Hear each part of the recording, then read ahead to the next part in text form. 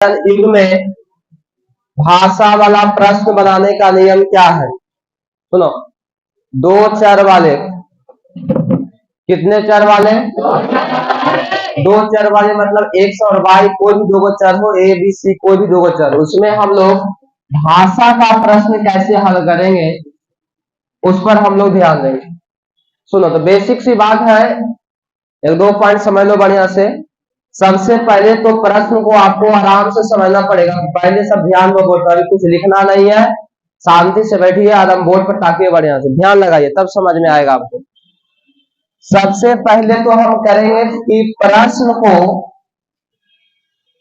को आराम से 2-3 बार पढ़ो। जब तक प्रश्न का मतलब समझ में नहीं आएगा भाषा वाला का, तब तक थोड़ा से हल नहीं हो सकता। तो सबसे पहले आपको प्रश्न को समझना पड़ेगा। एक बार में समझ में नहीं आया पढ़ा था, दोबारा पढ़ो, मतलब 2 से 3 बार पढ़ेगा, प्रश्न समझ में आ जाएगा कि क्या कहता है। उसके बाद जहां भी आपको अज्ञात राशि मिले, अज्ञात मतलब जो मालूम न हो, अज्ञात मतलब जो मालूम न हो, और जो मालूम न हो उसको हम लोग क्या मानेंगे? एक्स मानेंगे। और क्या मानेंगे? एक्स मानेंगे, एक्स मानेंगे। और क्या मानेंगे? वाई मानेंगे। हम क्या बोला? सबसे पहले प्रश्न को, सबसे पहले प्रश्न को 2 से 3 बार पढ़ना है। कितना बार पढ़ना है? 2 से 3 बार पढ़ना है। सुनो, उसके बाद जो मालूम नहीं है, अज्ञात है, ऐसा लग रहा है, इसको बारे में हम नहीं जानते कितना होगा क्या होगा, तो उसको एक होके चर को एक्स मानो, एक होके वाई मानो। उसके बाद पहले तो 1-2 बार प्रश्न को पढ़ना है। दूसरा पॉइंट में अज्ञात राशि को एक्स और वाई मानना है। तीसरा पॉइंट में आपको क्या करना है कि अज्ञात राशि को एक्स वाई मानेंगे। उसके बाद फिर 2 चर वाला रैखिक समीकरण बनाएंगे। क्या बनाएंगे? 2 चर वाला रैखिक समीकरण बनाएंगे। उसके बाद 2 चर वाला यहाँ से पहले आधा पढ़ेगा तो एगो समीकरण बनेगा, फिर आधा पढ़ेगा तो समीकरण केवो बन जाएगा, 2 गो। और फिर दोनों समीकरण को कोई भी विधि से तू हल कर सकता है, जैसे कि प्रतिस्थापन हो गया, विलोपन हो गया, ब्रजगुणन हो गया, और कोई भी विधि हो गया, कोई से तुम इसको हल कर सकता है। दोनों समीकरण को जो एक्स का मान निकलेगा और वाई का मान निकलेगा, वह आपका प्रश्न का क्या होगा? उत्तर, आंसर होगा। मूल बात समझ में आ रहा है? अब छोटा सा क्वेश्चन लेकर आपको दिखाते हैं कि कैसे बनेगा। ठीक है, एक छोटा सा एग्जांपल समझो, फिर धीरे धीरे लेवल बढ़ाते रहेंगे। बहुत सारा टाइप से पढ़ना आपको, इसमें 2 चर भाषा वाला है, देखा होगा तो 3.1 से लेके 3.5 तक दिया, सब में भाषा वाला, इसलिए हम सब में छोड़ दिए। भाषा वाला एक बताएंगे, उस सब चैप्टर में आपको मैच करेगा। जैसे उम्र वाला बताएंगे, हर एक चैप्टर में उम्र वाला मिलेगा, जहां जहां आपको उम्र वाला मिलेगा सब में से उम्र वाला बन जाएगा। भिन्न वाला होगा, 2 अंकों की संख्या वाला होगा, तो सब टाइप बाय टाइप बताएंगे। पहले छोटा क्वेश्चन लेते हैं, यहाँ पर देखो, पहला क्वेश्चन ले रहे हैं। क्वेश्चन 2 संख्याओं का योग 12 है तथा उसका अंतर, हल्का क्वेश्चन, तथा उसका अंतर 4 है, तो संख्या ज्ञात करें। दोनों संख्या को आपको ज्ञात करें, यही आपका क्वेश्चन है। 2 संख्याओं का योग कितना है?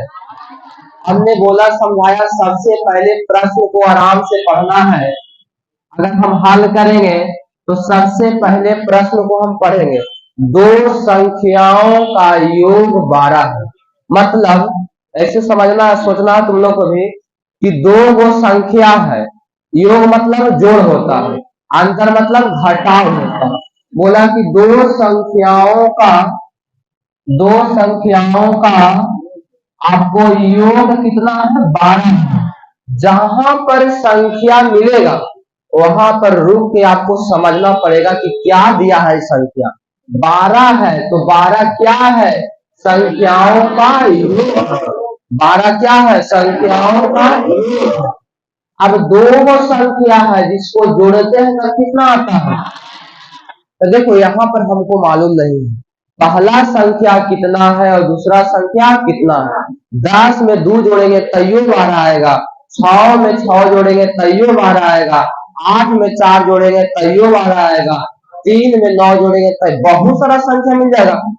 लेकिन संख्या हमको दो वो संख्या मालूम नहीं है, कौन संख्या है जिसको जोड़ते हैं तब 12 आएगा, ये पता नहीं है। इसको कहते हैं कि अज्ञात है।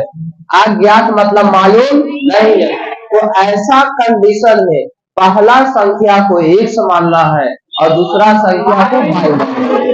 ऐसा कंडीशन में पहला संख्या को माने लिखेंगे माना कि पहली संख्या बराबर एक और दूसरी संख्या बराबर बाई। मान लिया पहली संख्या x और दूसरी संख्या y। अब यहाँ पर चलना है, लिखना है यहाँ से प्रश्न से या प्रश्नानुसार भी लिखते हैं प्रश्न से। प्रश्न क्या बोला उसके अनुसार से काम करना है। सबसे पहले हमने प्रश्न को पढ़ा, प्रश्न से समझ में आया कि दो संख्या है जो मालूम नहीं है मालूम, तो मान लो कि पहला संख्या x होगा, दूसरा संख्या y होगा। बोला दो संख्याओं का योग 12 है। योग मतलब दोनों को हम जोड़ेंगे तब कितना आएगा? 12 है। बोले समझ में आया? दोनों का योग 12 है मतलब x प्लस y दोनों संख्या का जोड़ कितना है? 12। इसको समीकरण 1 बोलेंगे। कितना बोलेंगे? 1 बोलेंगे। और इसके बाद आगे पढ़ेंगे और उसका अंतर 4 है। अंतर मतलब घटाव होता है, अंतर मतलब, और उसका अंतर 4 है मतलब दोनों संख्या को घटाते हैं तो कितना बचता है? 4 आता है। इस समीकरण आपका 2 हो गया। अब दोनों को हल करना है, कोई भी हिसाब हल कर सकते हैं। तो समीकरण 1 है, समीकरण 2 है। अब दोनों को हम हल करेंगे तो यहाँ पर पहला समीकरण में x, दूसरा समीकरण में दोनों बराबर है। विलोपन विधि अगर चलेगा तो दोनों बराबर खोलता है, तो यहाँ x वाला भी बराबर है, y वाला भी बराबर है। लेकिन यहाँ देखो प्लस में यहाँ, तो तुम क्या कर सकता है बताओ? प्लस माइनस है तो समीकरण 1 में समीकरण 2 को जोड़ दो। बोलो क्या करेंगे? 1 में 2 को जोड़ेंगे तो समीकरण 1 प्लस कितना होगा? समीकरण 2। अब 1 को हम लिखेंगे फिर से x प्लस y बराबर 12। बोलो 2 कितना है? x माइनस y बराबर 4। यहाँ से आपको प्लस माइनस कर देगा तो 2x बराबर 16। बोला 16। अब बताओ 2 x बराबर कितना हो गया? x बराबर आपका 8 हो गया। तो यहां से मिल गया x बराबर 8। अब समीकरण 1 में रखेगा मान तो y का मिल जाएगा। किसका मान मिलेगा? तो यहाँ लिखेंगे समीकरण 1 में, जैसे पहले सब काम किए हैं, समीकरण 1 में x का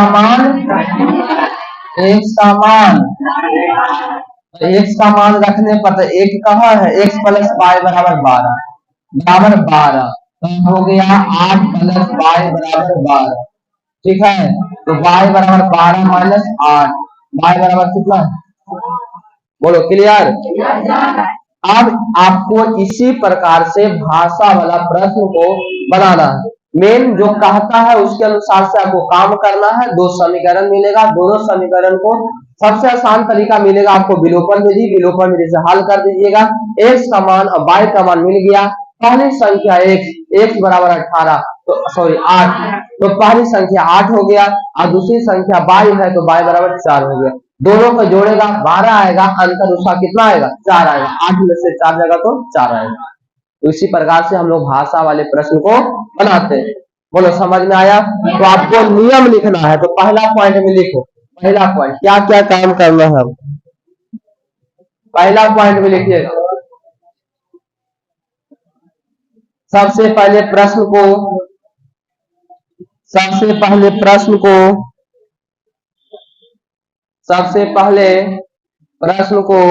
1 से 2 बार पढ़ते हैं।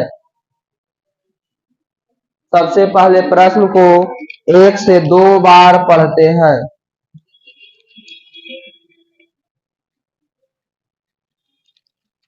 सबसे पहले प्रश्न को 1 से 2 बार पढ़ते हैं, समझ समझ के पढ़ते हैं, मतलब वो समझना ना। दूसरा पॉइंट लिखो, दूसरा पॉइंट, इसके बाद अज्ञात राशि को x और y मानते हैं। इसके बाद अज्ञात राशि को x और y मानते हैं।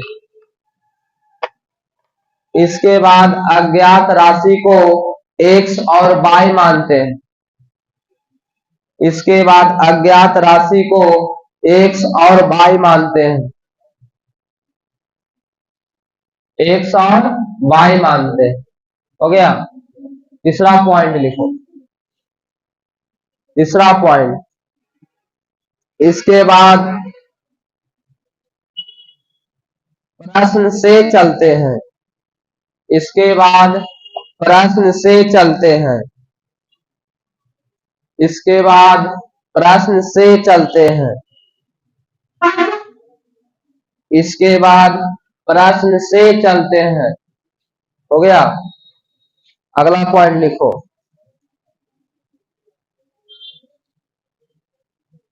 इसके बाद प्रश्न के अनुसार, इसके बाद प्रश्न के अनुसार 2 चर वाले, इसके बाद प्रश्न के अनुसार 2 चर वाले, इसके बाद प्रश्न के अनुसार 2 चर वाले, 2 चर वाले, 2 चर वाले 2 समीकरण प्राप्त करते हैं।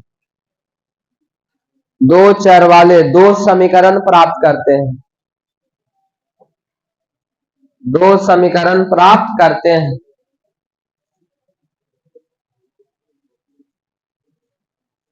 हो गया।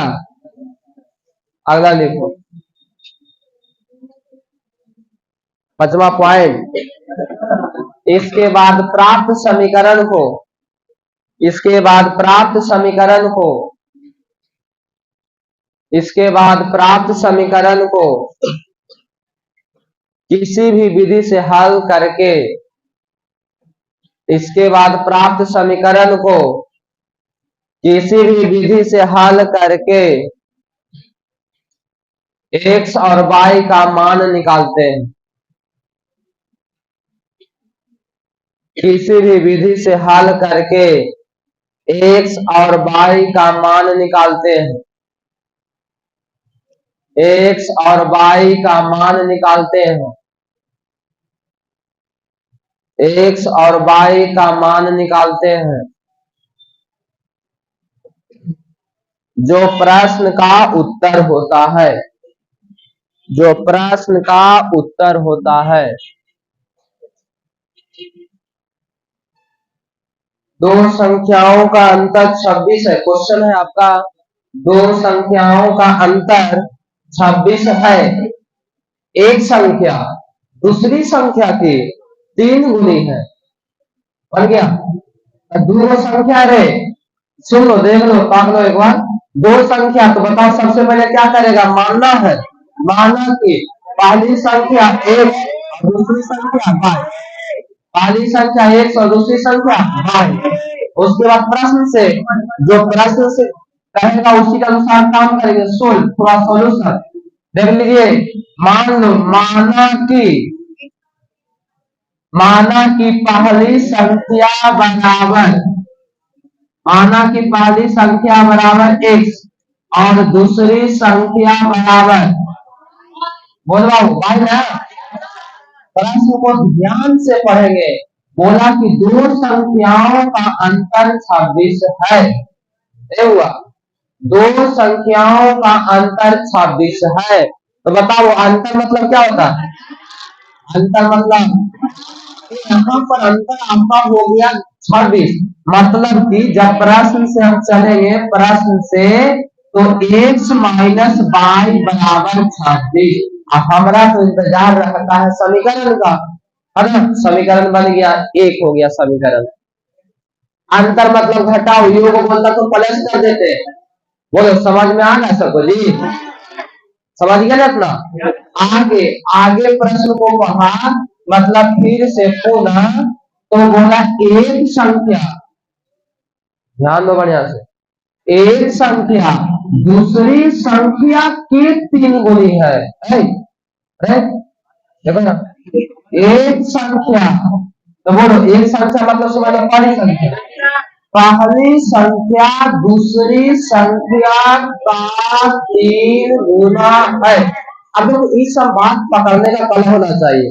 का के की लगा रहे तो का समझेगा, का मतलब बचपन में पढ़ा था गुना, का के क्रिया दूजे भाग गुना करो तब गुण है।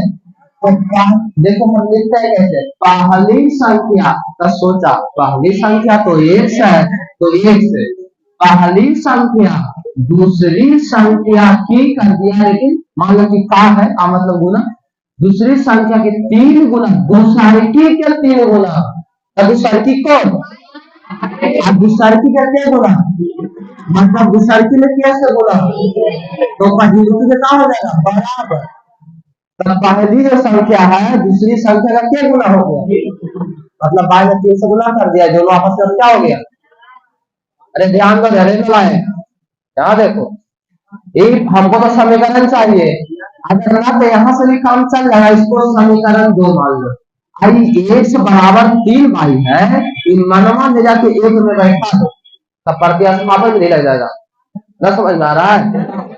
देखो एक्स का मान, यानी कह सकते इसको कि एक्स का मान समीकरण 1 में रखने पर, एक्स का मान समीकरण 1 में रखने पर देखो तुरंत हो जाएगा, एक कितना है, एक्स माइनस वाई बराबर 26। अब बताओ एक्स बराबर 3 वाई है, देखो जी एक्स बराबर के वाई, मतलब एक्स के जगह पर कितना बैठेगा, तो यहाँ पर एक्स है ना, तो कितना बैठेगा 3 वाई माइनस वाई बराबर 26, कितना बचेगा जी 3 वाई बराबर 26, 13 गुना 26, वाई बराबर 13।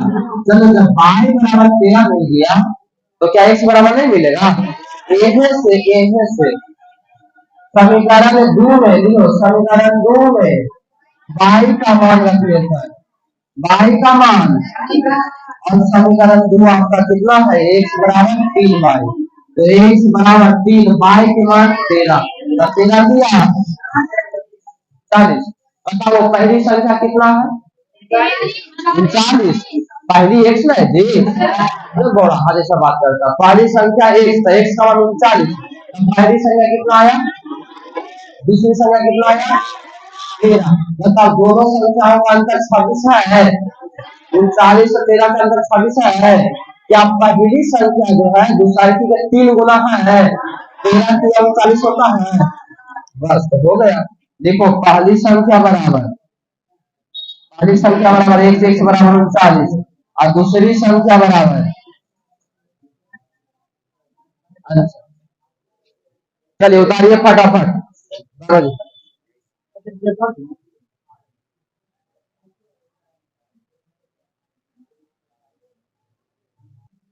तो 1 केजी सेब और 1 केजी अंगूर का मूल्य ज्ञात करें। तो 1 केजी सेब और 1 केजी अंगूर का मूल्य ज्ञात करें।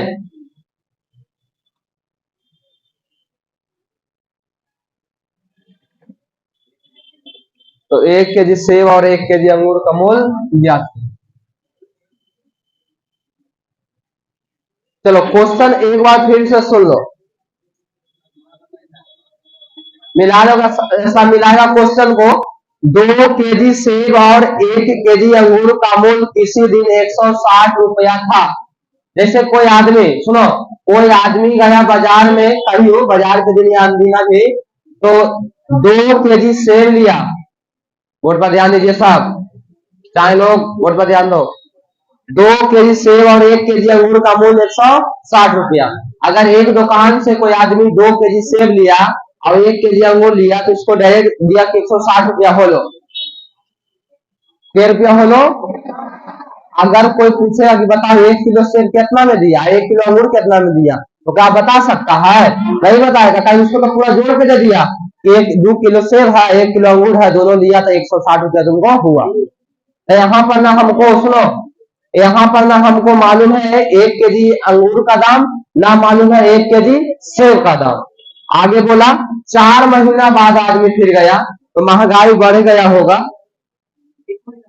हाँ, 1 महीना, 1 महीना बाद आदमी गया तो 4 किलो सेब लिया और 2 किलो, 3 किलो लिखा है, 3 किलो अंगूर लिया, उसका मूल्य कितना दिया? 300 रुपया।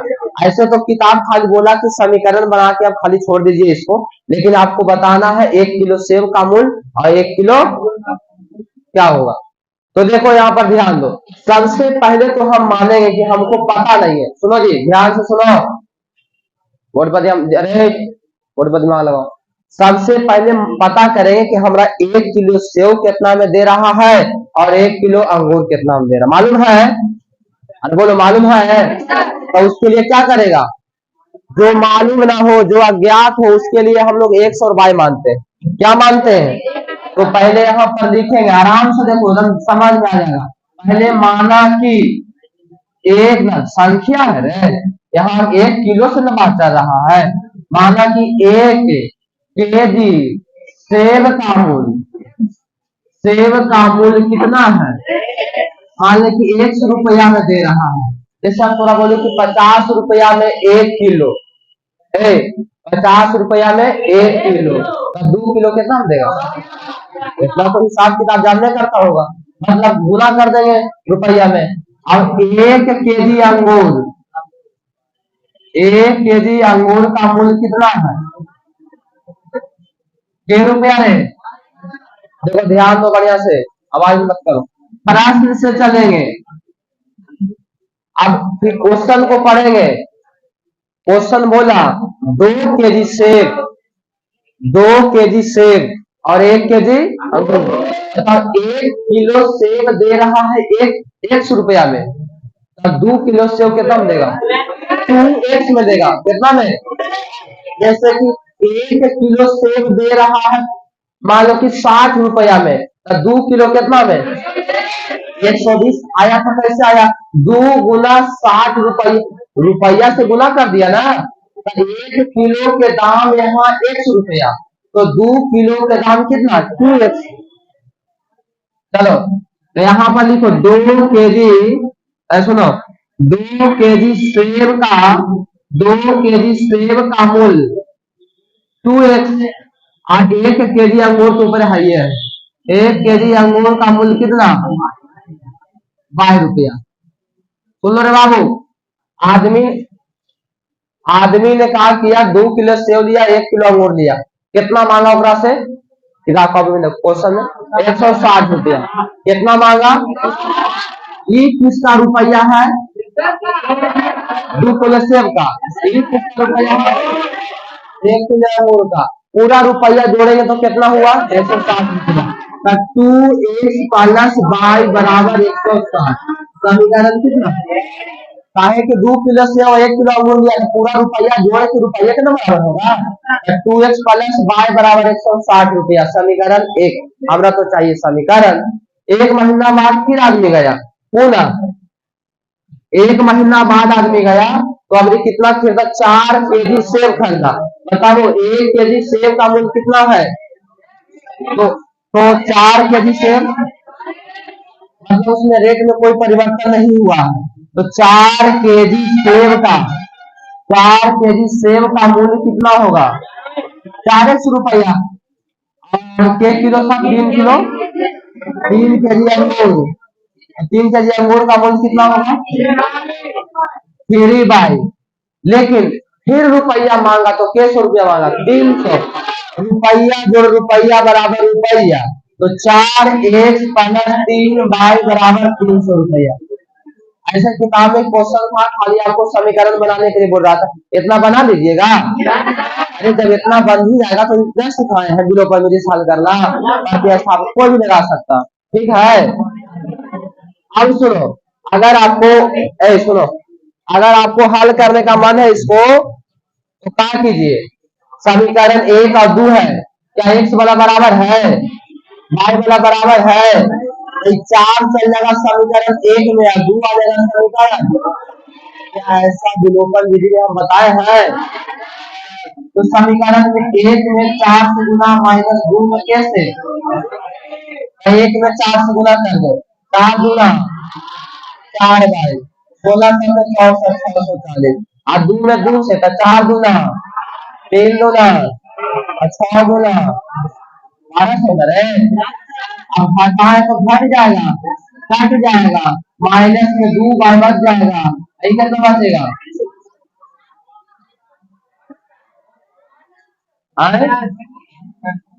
600 होगा। अच्छा अच्छा, तो इसमें दो से गुना था तो 600, तो बच जाएगा 40, बाय बराबर -20। लेकिन देखो रुपया, रुपया तो माइनस में होता नहीं है, लेकिन सुनो प्रश्न में आपको कहा था यहाँ पर 3 kg लिखे हुए 1 kg और 2 kg था, हम उसको 3 कर दिए, तो यही चलते आपको माइनस में आ गया। तो इसी प्रकार से बन जाएगा कि नहीं बन जाएगा, लेकिन रुपया माइनस में रुपया देगा मतलब समझा, वो दुकानदार थोड़ा पैसा देगा 20 रुपया, तो ले जाओ 20 रुपया सेव ले जाओ और पैसे ले जाओ। तो सुनो समीकरण जो आपका यहाँ पर गलत हो जाएगा, खाली किताब में बोला था समीकरण बनाओ, ठीक है, तो यहाँ तक आपको बनाना है, और समझ में आया कि नहीं आया, बाकी तो प्रक्रिया हम लोग कैसे कर सकते हैं, तो उतारिए यहाँ तक उतारिए, आप लोग उसको हल नहीं करना है, साइन बीजीए रूप में लिखकर छोड़ देना, रुपया माइनस में नहीं है।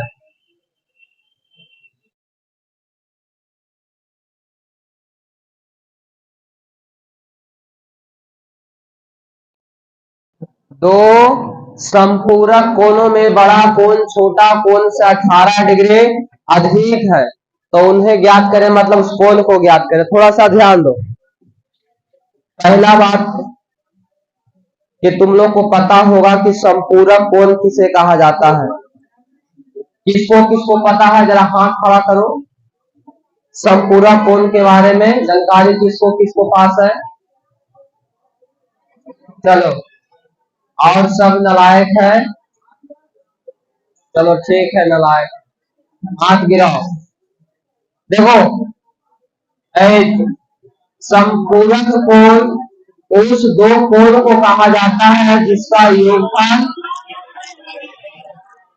90 की 180, हाँ 180, अगर 90 डिग्री हो जाएगा तो वह पूरक अनुपूरक या पूरक कोण का है, संपूरक तो ये रहेगा ना। चलिए सुनिए, वैसा दो कोण जिसका योगफल 180 डिग्री के बराबर होता है, तो वैसे दोनों कोण को एक दूसरे का संपूरक कोण कहते हैं। जैसे सब 2 मिनट फोकस करो बोर्ड पर, बहुत दूरी है क्वेश्चन लड़के पीछे आगे, ध्यान दो, भी आई क्वेश्चन है बाबू,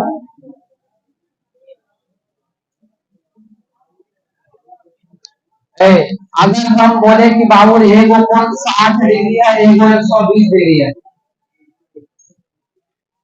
देख लो फिर डंडा चलेगा, 60 और 120 को जोड़ेंगे तो 180 आएगा, 180 आएगा। चलो तो ई 60 का संपूरक 120 डिग्री और 120 डिग्री का संपूरक 60 डिग्री, अगर दो कोण को जोड़ने के बाद 180 डिग्री आ जाता है, तो ऐसे कोण को एक दूसरे का संपूरक कोण कहा जाता है। तो 60 डिग्री का संपूरक 120 डिग्री, क्योंकि दोनों को जोड़ेंगे तो 180 आएगा। लेकिन यहाँ पर दो संपूरक कोण है, एक तो बड़ा होगा एक छोटा होगा, जैसे कि अभी वो 60 लिया 120 लिया, तो एगो बड़ा एगो छोटा, तो ऐसा बोला सुनो कि दो संपूरक कोण है, लेकिन ये बताओ ऐसे करेगा तो कैसे से, आयु वाला मतलब उम्र वाला, 5 मिनट ध्यान दो, हम आपको सिखा देंगे कैसे बनेगा। कुछ नियम है आपको याद रखना। ध्यान दीजिए बोर्ड पर। अगर आयु का प्रश्न हो, खुल रहा है कैसे पढ़ ले? अगर प्रश्न में आयु का चर्चा हो तो सबसे पहले देखो, आयु का अगर प्रश्न है तो उसमें 2 व्यक्ति रहेगा। एक व्यक्ति रहेगा जिसे कि ज्यादातर आपको पुत्र और पिता से देता है, पुत्री और माता से, ये दो ज्यादा क्वेश्चन देता है। मतलब कोई भी हो, अगर प्रश्न में 2 व्यक्ति है और दोनों व्यक्ति के आयु का चर्चा किया हुआ है, देखो हमको डिस्टर्ब मत करो, एक मार लेंगे वीडियो रोके थोड़े। हाँ, अगर आयु का चर्चा हो प्रश्न में तो सबसे पहले हम जो भी व्यक्ति रहेगा उसका वर्तमान उम्र को 1 वर्ष और 22 वर्ष मानेंगे। 1 वर्ष और जैसे बोले एक पिता का उम्र उसके पुत्र के उम्र से दुगने से 3 अधिक था या दुगना था, जो भी इस प्रकार से बोलेगा, तो पिता भी बोला और पुत्र भी बोला, दूसरा बोला, तो मानेंगे पिता और पुत्र दोनों का वर्तमान उम्र। माना कि पिता का वर्तमान उम्र, वर्तमान मतलब जो अभी का उसका उम्र है, आयु है, तो पिता का वर्तमान उम्र 1 मानेंगे, पुत्र का वर्तमान उम्र 22 मानेंगे। उसके बाद फिर जो प्रश्न बोलेगा उसको हिसाब से काम करेंगे। यहाँ पर थोड़ा सा ध्यान देना, जैसे बोले कि अभी मान लें एक लड़का है, उसका उम्र हो रहा है मान लिया जाए 15 साल, ठीक है, तो 15 साल आज की उम्र है, 5 वर्ष बाद कितना हो जाएगा? तो आज के वर्तमान इसी को कहते हैं, जो आज उम्र है उसको वर्तमान उम्र कहते हैं। कौन सा उम्र कहते हैं? या वर्तमान आयु कहते हैं। 5 साल बाद, या बोले बाद कहे या पश्चात कहे, आपको समझना है। 2 बात, 2 शब्द को पकड़ में आना चाहिए। बाद कहेगा तैयो हम जोड़ेंगे, पश्चात कहेगा तैयो हम जोड़ेंगे। आज वर्तमान उम्र 15 साल है, तो 5 वर्ष के पश्चात मतलब 5 वर्ष के बाद उसका उम्र कितना हो जाएगा? तो आज को उम्र में जोड़ देंगे, 15 5 जोड़ेंगे तो कितना हो गया? 20। लेकिन हम बोले कि बताओ एक लड़का का उम्र अभी 15 साल है, वर्तमान उम्र, तो बताओ कि 5 साल पहले उसका उम्र कितना होगा? तो 5 साल पहले कहने का मतलब हुआ पूर्व, उसको बोलेंगे 5 वर्ष पूर्व कहे या पहले कहे।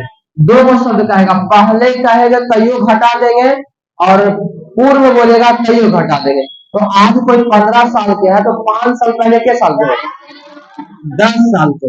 ये 2 बात समझ में आया कि नहीं आया? अगर प्रश्न में पश्चात बोलेगा, बाद बोलेगा, तो वर्तमान उम्र में जोड़ देंगे, पूर्व बोलेगा, पहले बोलेगा, तो वर्तमान उम्र में घटा देंगे।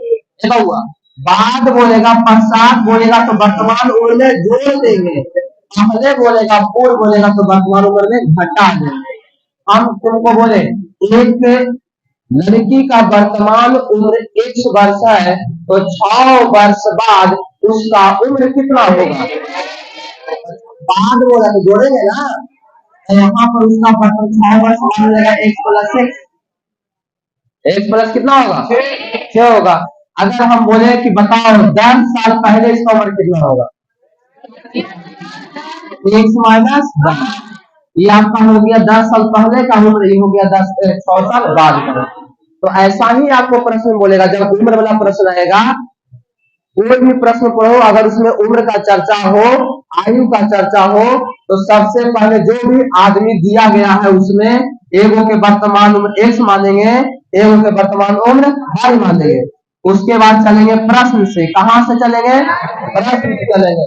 और प्रश्न में सुन लो, अगर प्रश्न में पहले बोला तो वर्तमान उम्र में घटाएंगे, प्रश्न में बाद में बोला, प्रश्न से क्या करेंगे? वर्तमान उम्र में जोड़ेंगे। ये दो बात ध्यान में रहेगा। ऐसे ही चल के दो समीकरण मिलेगा।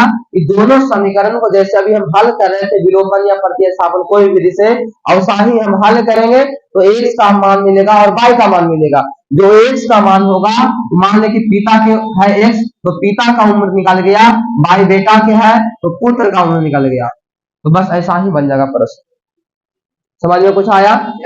कैसे बनाएंगे उम्र वाला प्रश्न बनाने का नियम? सबसे पहले तो आपको प्रश्न को अगर समझ में नहीं आता तो 2 से 3 बार पढ़ो ध्यान से। उसके बाद जो अज्ञात है, जो मालूम नहीं है, उसको या तो उसको लिखेंगे वर्तमान उम्र को x वर्ष और y वर्ष मानते हैं। उसके बाद प्रश्न से चलते हैं। अगर प्रश्न में पूर्व या पश्चात उम्र में कहता है तो पूर्व आप पहले कहेगा तो घटाते हैं, अब बाद और पश्चात कहेगा तो जोड़ते हैं। इसके बाद आगे चलकर 2 चर वाले 2 समीकरण प्राप्त करते हैं। इस दोनों समीकरण को किसी भी विधि से हल करते हैं और x और y का